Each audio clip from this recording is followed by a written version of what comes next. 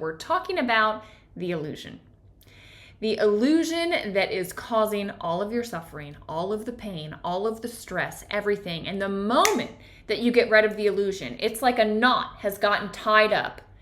And we don't have to undo the knot. Once you realize this, once you understand the illusion, you can set fire to the rope. The whole thing all at once will burn and be gone. And you will understand how to live with peace, how to live with joy, how to just enjoy the ups and the downs and everything that's going on in life as if you're watching your favorite movie, right? You understand that there's a climax, there's an ending, whatever, but when the movie's done, you're fine. The same should be true with your life. You can witness it with the same detachment and enjoyment as you do your favorite movie. If you're listening on YouTube, make sure you like the video, subscribe to the channel, and click the bell for notifications so you know each and every time we have a new episode up. Enjoy! If you want to win at this game of life, if you want to master your inner world, there's one thing you got to realize, that most of this life is an illusion. And the best way I can kind of give this to you and help you understand is to think about like an actor. So pick your favorite actor. I tend to like Leonardo DiCaprio's movies. Whatever you have to say about him personally, I don't care. But the movies, he's been in some pretty good ones. And if you think about it, Leonardo DiCaprio is an actor that doesn't play simple roles, right? He wants to play complex roles. Why?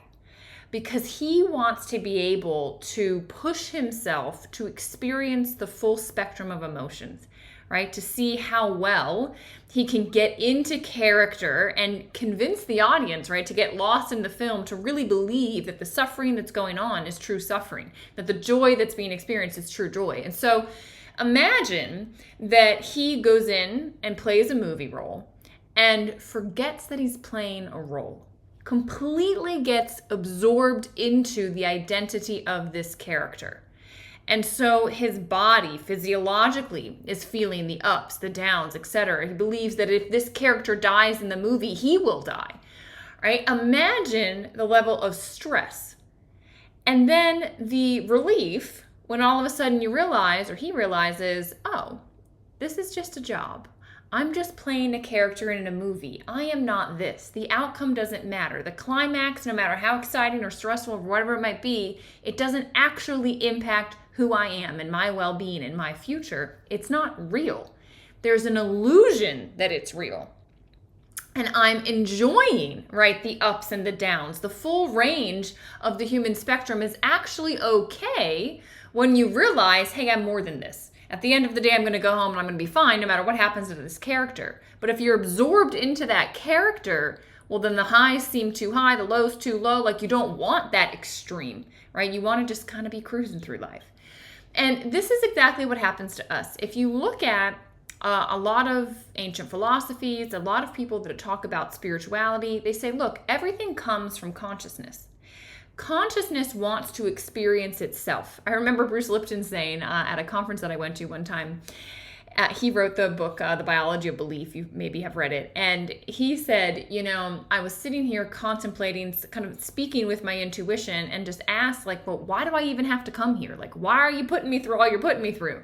And the response he got, the intuitive hit he got was, well, Bruce, what does chocolate taste like? And I just loved that, because it's like consciousness can't experience. It needs eyes to see. It needs a mouth to taste. It needs ears to hear. It needs hands to touch. And so it animates itself through this vehicle, through this body that we all have, to experience the world, to experience the senses, to experience the range of emotions. And so think about it, just like an actor like Leonardo DiCaprio doesn't want to play some silly role with some basic, level of emotions. He wants to go in and play the intense characters. It's the same with consciousness. It wants to go in and it wants to feel what it's like to grieve. It wants to feel what it's like to be exuberant with joy. It wants to have all of the experience of love, of loss, the whole range of human emotions. The problem is that when consciousness comes into this form, one of the things it needs to navigate this world is a mind.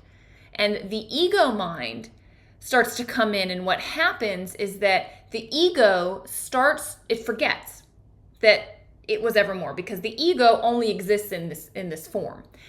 And so it believes that everything that's happening in this form is everything. And when the form goes, that it's gone, and then that's the end of everything. It has forgotten. This is what they say, like original sin in Christianity is missing the mark. It's forgetting that you are actually more than this mind. You are more than this body. You are consciousness coming in to have an experience. You are the Atman. You are the soul, right? This is said in every, religious text. All spirituality points to this single truth, that you are more than your thoughts. You are the thing that's there before, during, and after, right? You are the actor playing a role. So in my life right now, consciousness is playing out as Danielle. Consciousness is playing out in you as you, but that is just a character in a movie. It's not the real thing. And so whatever happens to that character, when my body inevitably, dies, my consciousness is still very much alive. That witness that is there watching before, during, and after, it's still there. You have experienced this. Think about, there has been something watching you age, something that feels ageless. If you're getting older, if you're in your 40s, 50s, 60s, you've probably gone to play a sport, right? And you go to move and your body doesn't move like it used to, but there is some beingness within you that believes that it's just as vibrant as it was when you were 5 years old and tries to move that way. The physical body is not you. Your thoughts are not you. You are the thing watching them. I love in ancient yogic philosophy and these Eastern philosophies, they talk about the kleshas and how, this, just like in Christianity, it's the original sin, these kleshas, the first one is just forgetfulness. It's ignorance. It's forgetting that you are more than this body, where you came from, that you are the ocean that's just manifested into the wave. You have forgotten. You believe you're the wave. And because of this discomfort of being nervous about what's going to happen and, oh my gosh, if something happens to the wave, it's the end of me. You start to just cling to life, and you start to just completely identify with yourself. You guard it. You're looking out at everything around you. You're getting into conflict with people because you're trying to just establish the safety of this thing. Well, the truth of the matter is, it's all an illusion. It's an illusion. And you can't beat the illusion. The illusion is the problem, right? Think about if you are in bed at night and you hear a noise and you're like, someone's breaking into the house.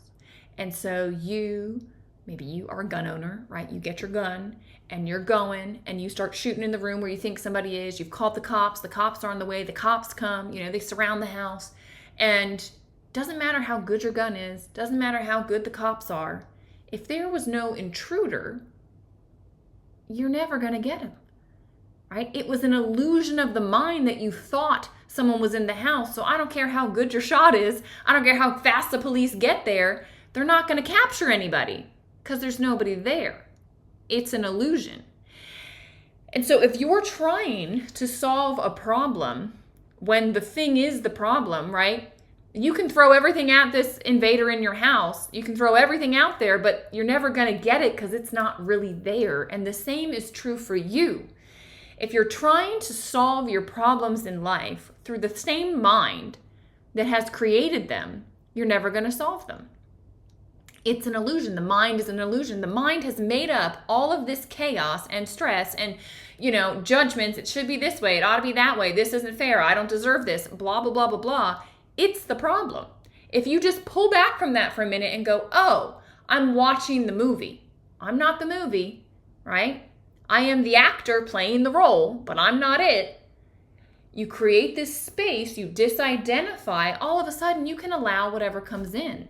And the truth of the matter is, the moment that you're just receptive, that you just say yes to everything, I'm here to explore and experience the range of emotions in my relationship, in life, through politics, through travel, through everything. And whatever unfolds is exactly what it needs to be for your own experience, to be heightened, to learn, to explore, to expand. That's why you're here, for expansion and further expression, so that consciousness, you can witness and observe and taste and feel and touch and experience all these things. But if you are locked in your mind, and in all the difficulties of the day to day, and it shouldn't be this way, not to be this way, and oh my gosh, and you're just thinking, I'm the wave, and if something happens to this, there's a problem, you're going to be stressed out, and it's going to be miserable. If you want to master the inner world, if you want life mastery, you need to realize that's just an illusion. You are more than that. You have just forgotten. And so now when you remember, you can experience life and you're going to love it. All right, so it's a powerful message for you today. Share this with somebody that needs to hear this. If you have any questions, you can email me. You can put comments if you're here on YouTube. I absolutely love connecting with you, talking about these things. It's so, so powerful. I appreciate all of you, and I'll see you next time.